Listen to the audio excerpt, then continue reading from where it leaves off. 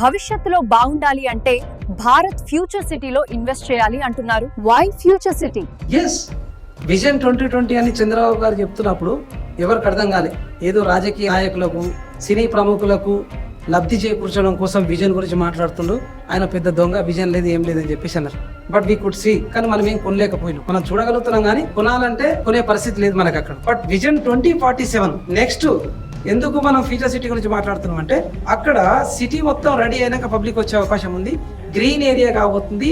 Plus it is very close to the international destinations. అంటే tech city కావచ్చు, international airport కావచ్చు, TCS కావచ్చు, Ramoji film city కావచ్చు, ఇన్ఫోసిస్ కావచ్చు. సో అట్లాంటి ఇంటర్నేషనల్ డెస్టినేషన్ కి విత్ ఇన్ 30-40 minutes లో రీచ్ అయ్యే ప్లేస్ హైదరాబాద్ లో ఏదైనా ఉంది అంటే అది ఓన్లీ ఫ్యూచర్ సిటీ. సో అందుకు ఫ్యూచర్ సిటీ అనేది భవిష్యత్తులో మనకు బంగారుమయం కాబోతుంది కనుక, సో మీ భవిష్యత్తు బాగుండాలంటే ఖచ్చితంగా భారత్ ఫ్యూచర్ సిటీలో ఒక ప్లాట్ తీసుకోండి.